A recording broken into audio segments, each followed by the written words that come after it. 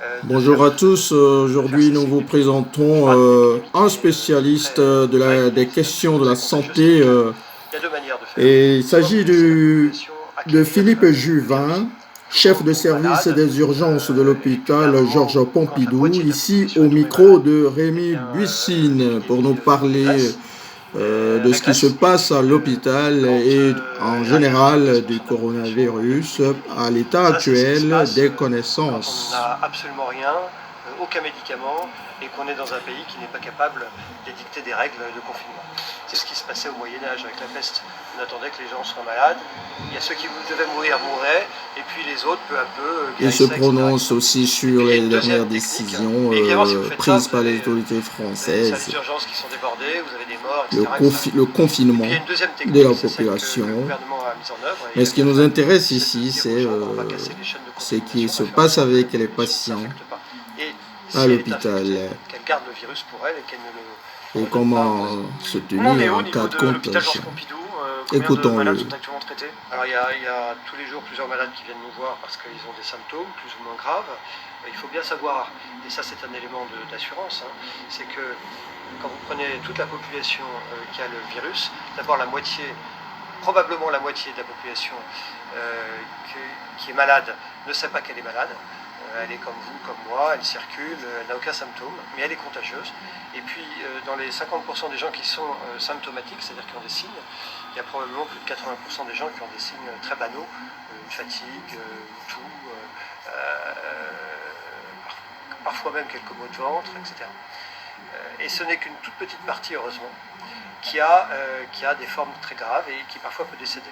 Alors vous allez me dire, si c'est une toute petite partie, pourquoi on en fait des tonnes? On en fait des tonnes parce que d'abord on est face à un virus qu'on ne connaît pas. Il y a 4 mois, on ne connaissait pas ce virus, donc c'est un agent émergent. On ne sait pas comment il peut évoluer. Et deuxièmement, c'est une maladie extrêmement contagieuse, c'est-à-dire que potentiellement beaucoup de monde peuvent l'avoir. Et même un petit chiffre de complications, un petit pourcentage de complications sur une grande population, eh bien potentiellement ça fait beaucoup de gens potentiellement très malades, voire qui meurent. Là, vous avez combien de personnes dans un état grave ici à l'hôpital? Alors ça varie en fait des réanimations. Il y a des villes de France qui sont submergées, je pense à Mulhouse, où toute leur réanimation est pleine de patients graves. Ils ont d'ailleurs même plus suffisamment de lits d'après ce qu'on sait. C'est le cas dans d'autres villes de l'Est, je pense à Colmar en particulier. Et puis nous à Paris, on a en fait 2 hôpitaux qui se sont remplis très rapidement de patients graves, parce que c'est d'abord là où on les a envoyés préférentiellement.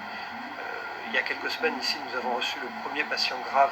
Vous savez, c'était ce vieux monsieur chinois de 80 ans qui malheureusement finalement est décédé, dont on a parlé dans la presse.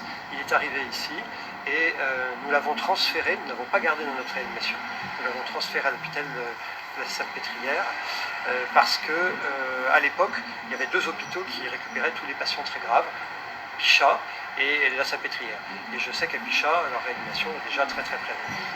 Nous, ici, les choses sont plus calmes parce que nous allons probablement remplir l'hôpital secondairement. On a un patient qui est arrivé dans une situation très préoccupante cette nuit. Cette nuit, donc un nouveau cas de coronavirus qui est arrivé cette nuit.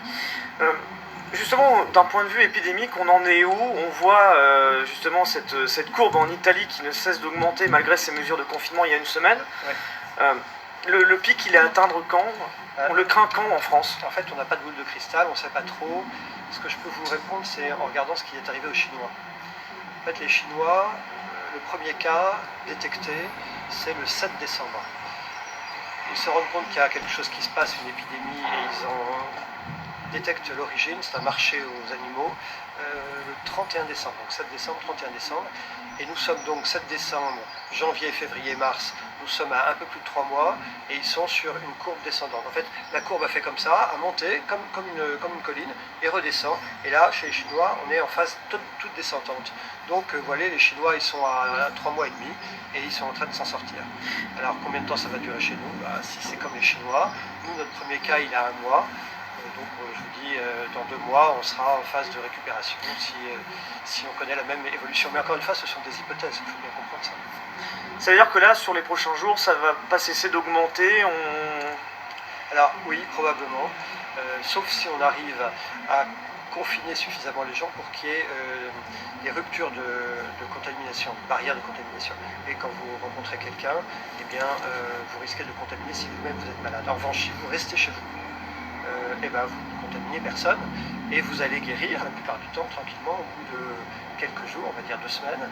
Et quand vous serez guéri, eh bien, vous n'aurez contaminé personne d'autre. Donc c'est ça qui est très important, c'est de notre capacité à faire en sorte que chaque patient reste chez lui confiné et n'affecte pas une autre personne. C'est grâce à ça que le chiffre peut s'arrêter de monter et puis baisser. Maintenant, il y a un truc qu'il faut savoir, c'est que le nombre de patients que l'on décrit tous les jours, vous savez, tous les jours on dit il y a X cas de coronavirus. En réalité, c'est un chiffre qui est purement indicatif, mais qui est faux. C'est la partie émergée de l'iceberg. Parce que, pour 2 raisons. D'abord, on ne teste pas tout le monde.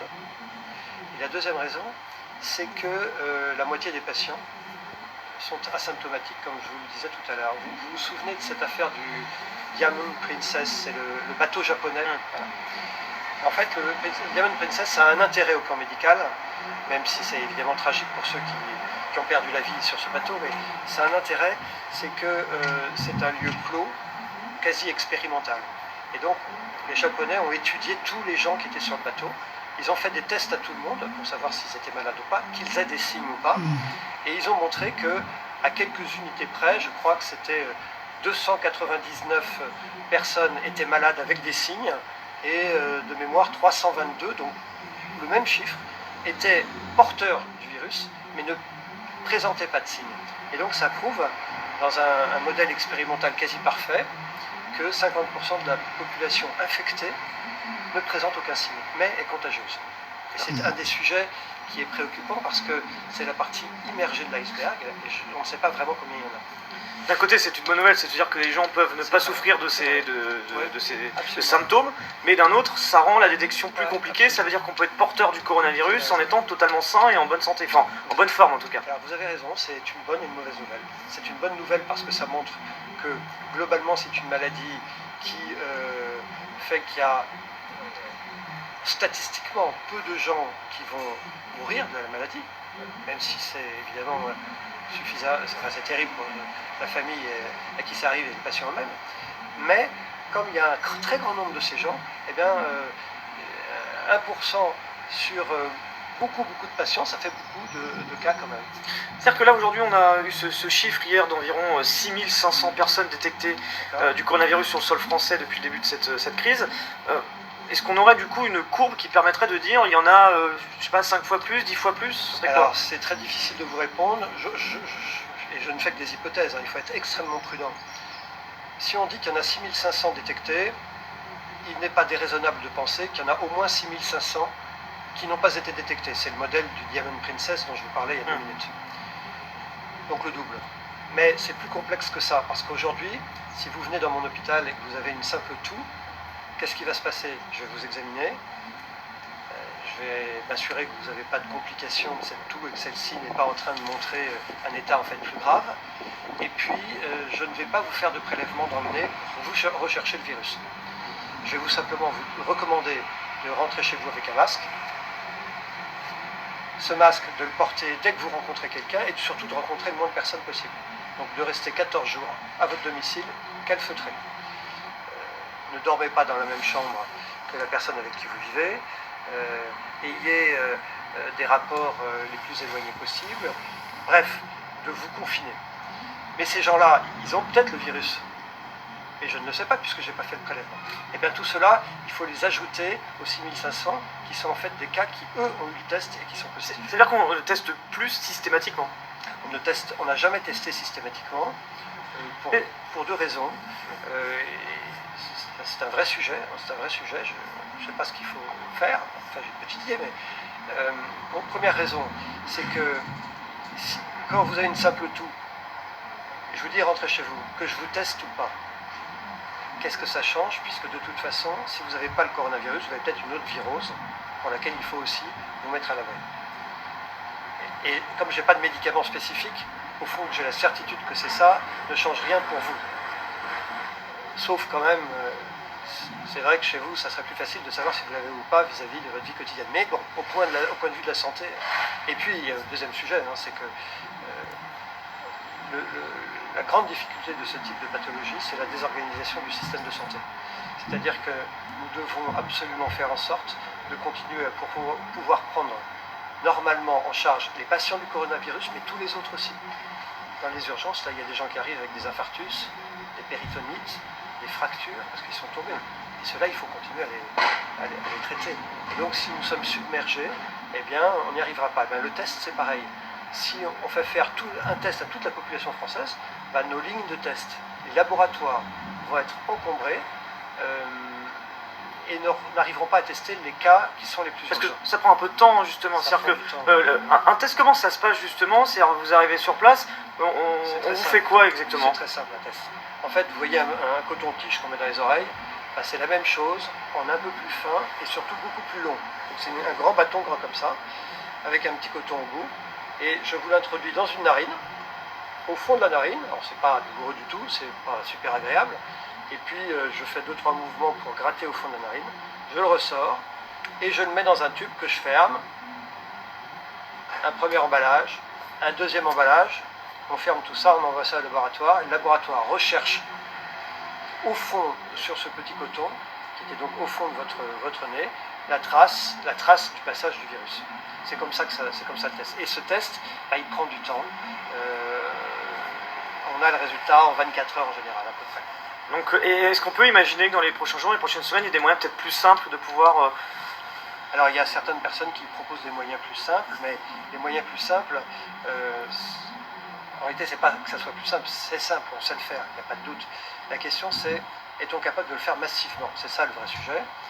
Alors, l'Organisation mondiale de la santé, qui est l'organisme qui dépend de l'ONU et qui s'intéresse aux questions de santé, a émis une recommandation hier soir, et il va falloir qu'on l'étudie avec sérieux, en disant qu'il fallait tester. C'est ça leur mot d'ordre, tester les gens. Pourquoi? Parce que c'est vrai que quand vous savez que vous avez le coronavirus, eh bien, vous êtes plus enclin à suivre des règles de confinement, d'isolement sérieusement que si on vous dit vous l'avez peut-être et il faut rentrer chez vous. Donc cette question du test, je pense, va devenir importante dans les jours qui viennent. Cette question de Samir dans les commentaires qui nous dit « Bonjour, savons-nous combien de temps le virus reste-t-il présent dans l'organisme ?» On a une idée, on n'a pas de certitude. Ce qu'on sait, c'est que la durée d'incubation, c'est-à-dire le moment où vous rencontrez le virus, où il entre dans votre corps, et où vous allez commencer à être malade, c'est-à-dire présenter des signes, quand vous êtes malade, vous avez bien compris, ça varie de 2 à 12-13 jours. Ça, c'est la première partie de la maladie. Vous ne savez pas que vous êtes malade, parce que le virus est dans votre organisme et commence à faire son petit travail de sape. Au bout de 2 à 12 jours, moyenne 4,5 jours, vous êtes malade, c'est-à-dire que vous mettez à tousser, à cracher, parfois des difficultés respiratoires, et puis parfois des choses plus graves. Heureusement, beaucoup plus rares, mais vous savez, ça arrive. Et bien ça va durer à peu près 2 semaines. À peu près 2 semaines. Et puis au bout de 2 semaines, le virus aura probablement disparu, mais comme on ne fait plus de tests pour savoir s'il a disparu ou pas, je ne sais pas bien vous répondre. Donc il faut compter, on va dire 3 semaines au total, 3 à 4 semaines au total, puisque si vous avez une incubation de 12 jours et une maladie effective de 14, ça vous fait un mois. En fait. Donc par exemple, on a Noël dans les commentaires qui nous dit si au bout de 14 jours une personne atteinte est guérie, à quel moment n'est-elle plus contagieuse? Difficile de répondre à cette question. C'est encore un peu tôt? Ouais. Non, je vais vous dire des bêtises, mais si vous êtes guéri au bout de 14 jours, quelle mesure à prendre? Il est probablement plus raisonnable de continuer à être extrêmement prudent, c'est-à-dire à distance de quelqu'un, se laver les mains. Évidemment, il faut continuer au moins une dizaine de jours après, mais il faut bien comprendre que il faut aussi continuer ça parce que vous pouvez aussi rencontrer quelqu'un qui a aussi le virus. Vous voyez, et il y a quelques cas décrits de réinfection. Il y a des gens qui l'ont eu une première fois, qui sont guéris, et puis qui semblent rechuter. Alors on parle de réinfection, est-ce que c'est un nouveau virus qui est rentré ou est-ce que c'est le même en réalité qu'ils n'étaient pas guéris? Ça on le saura plus tard, mais il y a un petit doute sur la réinfection possible. On a vu ces images qui ont fait beaucoup réagir ce week-end de personnes dans des parcs, des marchés bondés, en disant bon on va le payer, est-ce que ça va être le cas, est-ce que c'est les conséquences des mauvais comportements qu'on a pu voir ce week-end, elles se verront quand concrètement dans le nombre de cas, dans la contamination d'autres personnes? D'abord, j'espère qu'elles ne se verront pas et qu'il n'y a pas eu trop de transmission. Nous espérons toujours, nous nous préparons à une vague de patients, mais nous espérons que la vague ne vienne pas. Vous savez, c'est toujours pareil, c'est un peu le désert des Tartares, cette affaire. On espère que ça ne va pas arriver. Si je vous parle d'une incubation de 2 à 12 jours, si quelqu'un a attrapé le virus dans un dimanche, eh bien, il saura s'il est malade aujourd'hui, puisque c'est 2 jours plus tard, ou dans 10 jours. Ça veut dire que concrètement, les mesures qu'on est en train de mettre en place, on en verra le résultat au bout de combien de temps vraiment concrètement? Parce que c'est vrai qu'on... Les mesures de confinement? De confinement, c'est-à-dire que ouais. là aujourd'hui par rapport à ce que vous m'expliquez, la durée d'incubation, enfin la durée justement où on ressent potentiellement les premiers symptômes, elle peut être de 2 à 10-12 jours, c'est ça? Ça, c'est la durée de la maladie. La question de savoir si le confinement produit des effets, oui, il produit des effets. On l'a vu en Chine, il y a des effets. Ils ont une diminution réelle du nombre de cas alors qu'ils étaient en situation épidémique extrêmement inquiétante. Ils ont eu des effets au bout de 1 mois et demi, 1 mois et 1 mois et demi de confinement. Donc le président de la République a parlé de 15 jours, il faut s'attendre à ce que ces 15 jours soient prolongés. Bon, de façon raisonnable, ce serait combien de temps qui serait nécessaire? Il faut bien comprendre qu'en fait personne ne le sait. On tâtonne, tout le monde tâtonne. Quand il y a des gens qui vous assurent que ça va durer 3 semaines, 1 mois et demi, ce sont des hypothèses. On peut penser, 15 jours, ça sera évidemment insuffisant. Peut-être qu'un mois ou 1 mois et demi, c'est plus raisonnable. Est-ce qu'aujourd'hui, la fermeture des transports en commun, le fait par exemple même de dire aux gens, voilà, même travailler, il ne faut plus le faire, il faut faire du télétravail à 100%, sauf pour les professions comme les vôtres, est-ce que c'est vraiment la prochaine mesure pour vous? Alors, moi je pense que plus on en fera, mieux ça sera. Mais il faut aussi comprendre le président de la République. Il ne peut pas tout arrêter. Parce que quand vous arrêtez tout, vous créez une crise économique, vous créez du chômage, et ça a aussi des effets sur la santé. C'est-à-dire qu'on sait que la pauvreté, ça a des effets sur le chômage. On sait que quand vous ne vous occupez pas des personnes âgées qui sont chez elles, eh bien il y en a qui vont souffrir de cette affaire et peut-être même mourir. Donc la décision qu'a prise le président est très très compliquée. Il faut comprendre qu'il est dans une situation d'une complexité infinie. Donc attention à ne pas le juger. Ce que je veux vous dire, c'est que si vous fermez tous les transports en commun, comment fait le personnel de l'hôpital pour venir travailler? Comment fait le personnel des gens qui travaillent dans les magasins qui vous donnent à manger? Parce que vous allez quand même continuer à manger. Mais il n'y a pas que les médecins et les infirmières qui doivent continuer à travailler. Et il n'y a pas que les médecins et les infirmières de l'hôpital, il y a tous les professionnels de santé de la ville, et tous ceux qui ont les magasins d'alimentation, les usines qui vous fournissent de l'eau, de l'électricité, du gaz, tout ça, c'est pas le téléphone qui participe à la sécurité de la nation, les policiers, les pompiers, tous ces gens-là doivent continuer à travailler, les administrations. Si vous allez dans votre mairie pour demander de l'aide, il faut bien qu'il y ait du monde pour y répondre. Donc, c'est très complexe, c'est impossible de mettre une nation à l'arrêt. Simplement, il faut la mettre à l'arrêt le plus possible. Et donc, il est probable que des activités qui ne sont pas absolument essentielles à la bonne marche de la nation, celle-ci, elle devrait arrêter. On a vu parfois certaines critiques dans la gestion de cette crise de dire, finalement, on voit cette situation en Italie, on aurait, selon certaines estimations, peut-être 1 semaine de décalage entre l'Italie et la France, ça reste à modéliser, et de se dire, finalement, quand l'Italie a pris ces mesures, pourquoi on n'a pas anticipé de prendre ces mesures qu'on prend aujourd'hui, finalement de les prendre il y a 1 semaine, pour permettre d'éviter, peut-être que dans 1 semaine ou 10 jours, on se retrouve avec une courbe encore plus exponentielle. Vous savez, c'est la même raison pour laquelle, pour la grippe, on a un vaccin qui est certes relativement efficace, mais enfin qui est efficace et qui permet d'éviter des morts chaque année. Et pourtant, il y a très peu de population française qui se vaccine.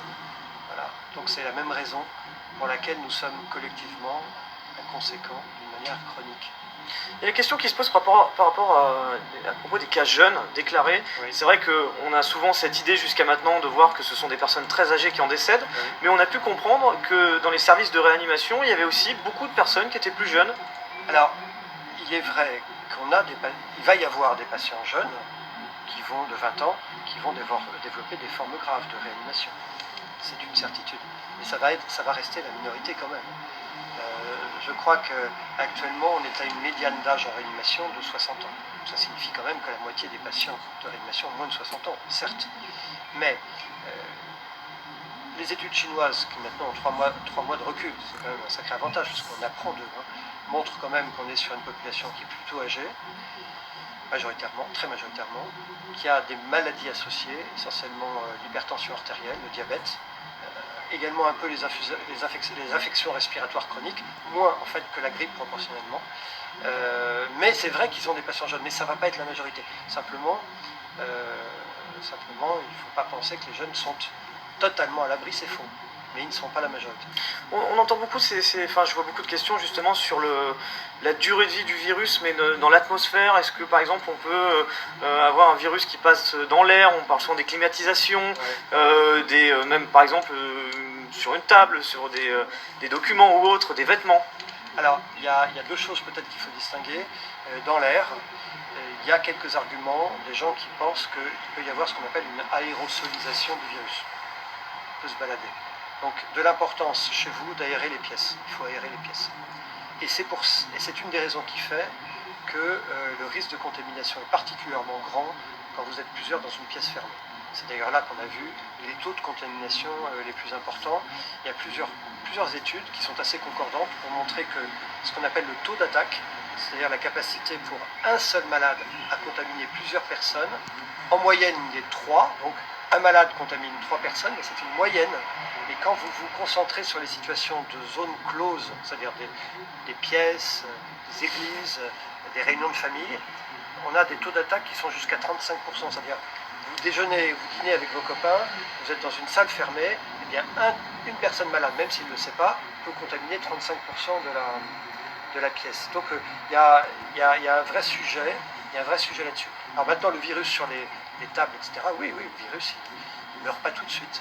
Combien de temps? Ça, il y a une querelle de virologues, je n'entrerai pas dedans, et il n'est pas impossible que le virus, pendant plusieurs heures, reste sur la table sur laquelle vous avez posé vos grosses mains sales de patients infectés. C'est pour ça qu'il faut se laver les mains, sans arrêt. Ce qui a aussi fait réagir, c'est parfois le changement de discours, parfois au niveau des épidémiologistes, au niveau des chefs de maladies infectieuses, qui il y a quelques semaines étaient assez rassurants, et qui aujourd'hui ont pris un discours parfois même très alarmiste. Pourquoi cette évolution en l'espace de quelques jours? Alors d'abord parce qu'on apprend tous les jours, c'est une maladie nouvelle qu'on connaît pas, qu'on ne connaissait pas il y a 4 mois, il faut quand même bien le savoir, même si on connaît d'autres coronavirus, en fait on ne sait pas. Et puis parce qu'on a pris conscience du danger, et parce qu'aussi on trouve que la maladie était extrêmement contagieuse. C'est ça la caractéristique de celle-ci. Et qu'en France, on a vu apparaître des foyers qui sont très graves. En Mulhouse, c'est très grave. C'est vraiment très grave. En Alsace, c'est grave. La preuve, c'est que les Allemands ont même fermé la frontière pour éviter qu'on passe chez eux. Et notre crainte, c'est que l'épidémie aille dans des zones autres, par exemple des zones très peuplées, où là il y a une concentration très importante d'habitants. Ce qui est un peu le cas en Ile-de-France notamment. Ce qui est un peu le cas en Ile-de-France en particulier. Mais encore une fois, nous tirons la sonnette d'alarme parce que nous voulons que les gens soient prudents. C'est-à-dire que je prie à la fois tous les jours pour que rien n'arrive, que nous nous soyons trompés. Voilà. Mais quand je vois l'évolution de la courbe chez les voisins, je me dis qu'on va avoir la vague. C'est pour ça que nous avons une obligation de vous dire, nous pensons qu'il y a un danger.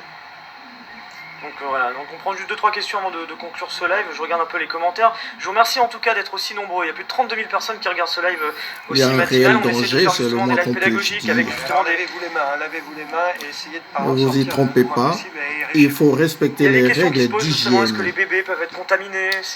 Je vais parler avec vous bientôt de les enfants peuvent être contaminés. De l'hygiène qui... Certains ne savent pas, mais l'hygiène fait partie de la sanctification. Qui ont le virus, qui le passent à leurs parents et leurs grands-parents.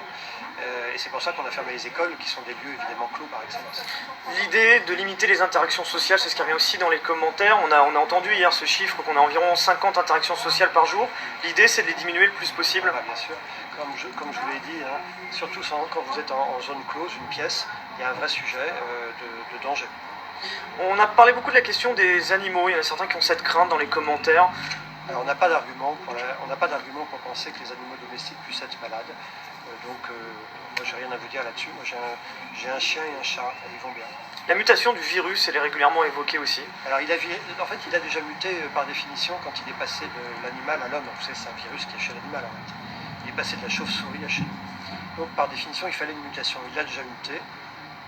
Il est suffisamment dangereux comme ça sans qu'on ait besoin de se préoccuper d'une mutation nouvelle. Les conditions météorologiques qui pourront être plus favorables peut-être dans les prochaines semaines, enfin qui devraient normalement l'être. Certains espèrent que le beau temps va casser le virus. C'est ce qui arrive parfois il y a certains virus qui sont saisonniers. Vous voyez, le virus de la grippe qu'on a tous les ans, c'est fin de l'automne, début de l'hiver. Puis après, il disparaît. Il disparaît à la fois probablement pour des raisons météorologiques, mais aussi parce que les gens sortent et sont moins en contact l'un avec l'autre et ne se rencontrent pas. Mais en fait, on ne sait pas répondre à la question, parce qu'il y a des virus qui ont des saisonnalités inversées. Par exemple, le virus H1N1, qui est un virus dont on a beaucoup parlé il y a 10 ans, lui, il est apparu au printemps. Donc, on peut l'espérer, rien n'est certain, et en tout cas, ça serait pas très sérieux de tabler que là-dessus. Une réaction dans les commentaires: je suis en colère contre ceux qui ont décidé de quitter Paris pour venir en province. Est-ce que justement vous avez peut-être des recommandations à faire parce que c'est vrai que depuis qu'il y a eu cette annonce du confinement, on sait que la région Île-de-France est devenue hier la région où il y a le plus de cas de coronavirus. Ouais, est-ce que vous... N'allez pas, imaginez que vous ayez le virus et que vous allez aller voir vos parents ou vos grands-parents en province. Vous allez les infecter, tout ça est idiot, non, il faut rester chez soi. Est-ce que le maintien des municipalités était bien raisonnable sous le premier tour pour vous?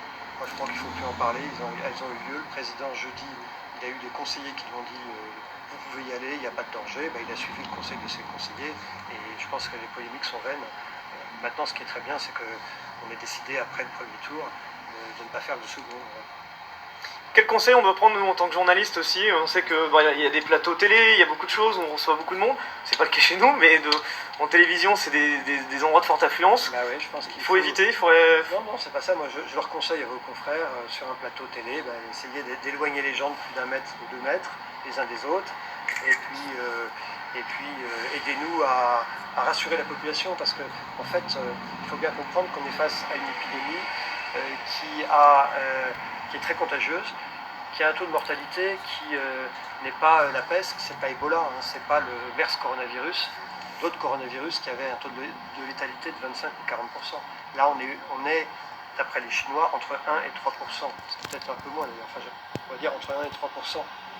Certes la grippe c'est moins, c'est beaucoup moins, mais 1 et 3% c'est 1 et 3%, c'est pas 30% de mortalité. Et aidez-nous à...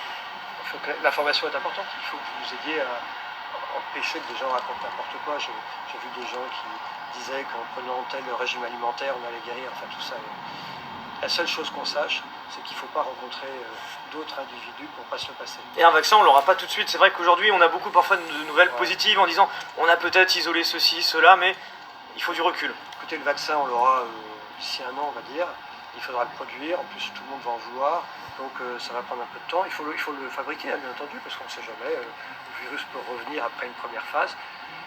Vous savez, il y a eu un premier coronavirus très grave, c'était il y a 20 ans, le SARS, avec un taux de mortalité important, on était à 30 ou 40%. Et puis brutalement, il a disparu. Il a disparu brutalement. Là, on a combien de pourcents en mortalité aujourd'hui, même si on est entre 1 et 3%, mais ça ne veut pas dire grand-chose, parce qu'un taux de mortalité, c'est un nombre de morts, on l'identifie bien, c'est facile, divisé par un nombre de cas. Mais comme je vous l'ai expliqué tout à l'heure, le vrai nombre de cas, on ne le connaît pas. Mais toutes choses étant égales par ailleurs, le coronavirus, le SARS, qui était très très grave, c'était il y a 20 ans, qui a touché la Chine en particulier, a disparu quasiment du jour au lendemain. Les maladies, justement, il y a beaucoup de personnes, peut-être pour résumer, qui parlent de maladies de diabète, quand on a des maladies respiratoires et autres, on est beaucoup plus sujet à l'avoir et il faut peut-être prendre des précautions, c'est ça? Oui, enfin, encore plus. Alors les patients qui sont fragiles, les pathologies du cœur et la tension artérielle élevée, le diabète, les pathologies respiratoires et puis les cancers, ce sont les 4 pathologies, il faut que les gens se mettent un peu à l'abri. Pour conclure, deux questions. À quoi s'attendre dans les prochains jours? Les questions étaient de Rémi Buissine. En tout cas, merci au professeur Philippe Juvin. Vous pouvez le rencontrer au service des urgences de l'hôpital Georges Pompidou. Il est le chef de ce service. À bientôt. Merci. Au revoir.